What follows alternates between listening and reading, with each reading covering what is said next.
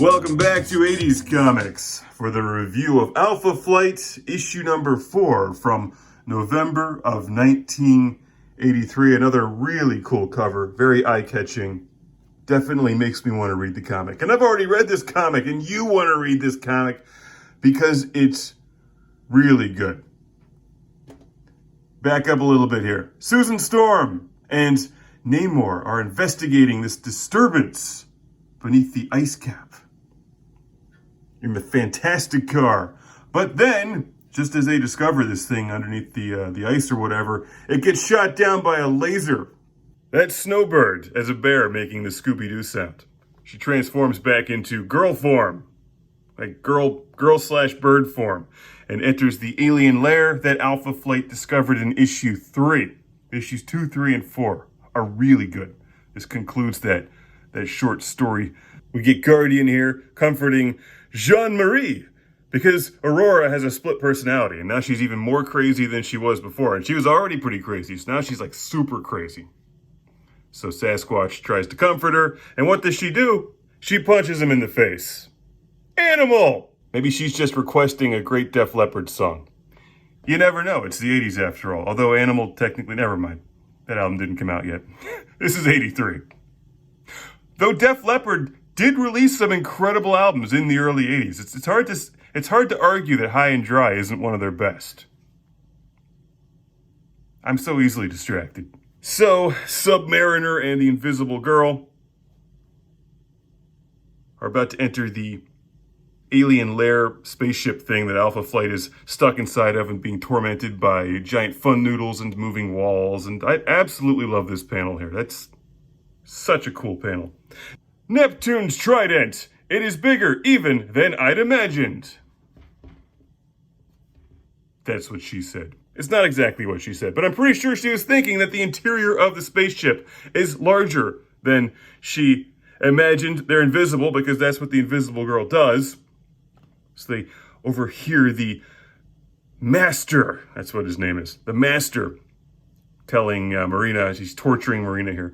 He tells her the whole story of his existence in the previous issue. But here we get some backstory into his entire alien race. And this is great.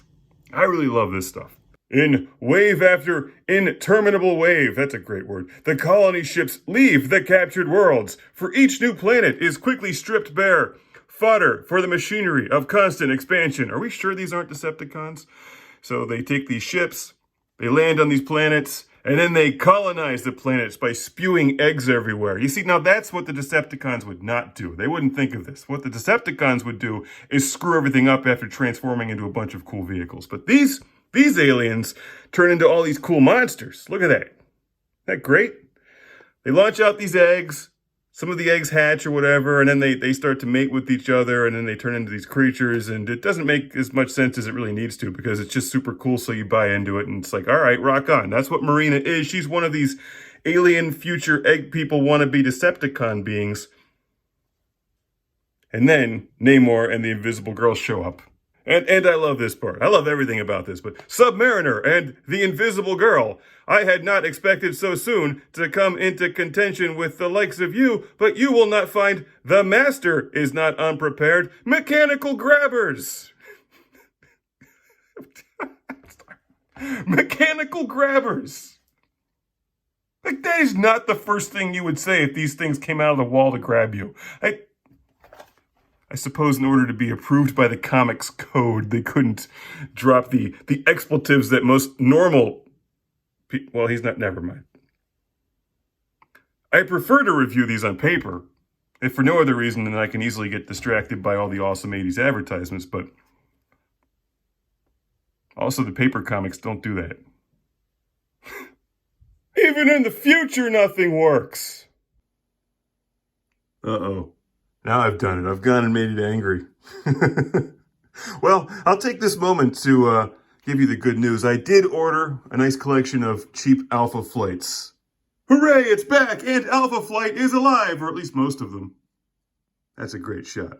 Alpha Flight issue number 4, a great issue of Alpha Flight concluding the storyline in issues 2, 3, And if you want to get the version that won't crash on you, the paper one won't cost you too much. Alpha Flights are pretty inexpensive. Got a bunch of them coming on the way, which means we're all going to have a really good time with more Alpha Flights. I love this comic. It's just outrageous. It's very 80s. Great artwork. Really cool. And look how much fun she's having. Let's turn that picture upside down. See, now she's smiling. Well, maybe not. I'm having fun. Doesn't that count for something?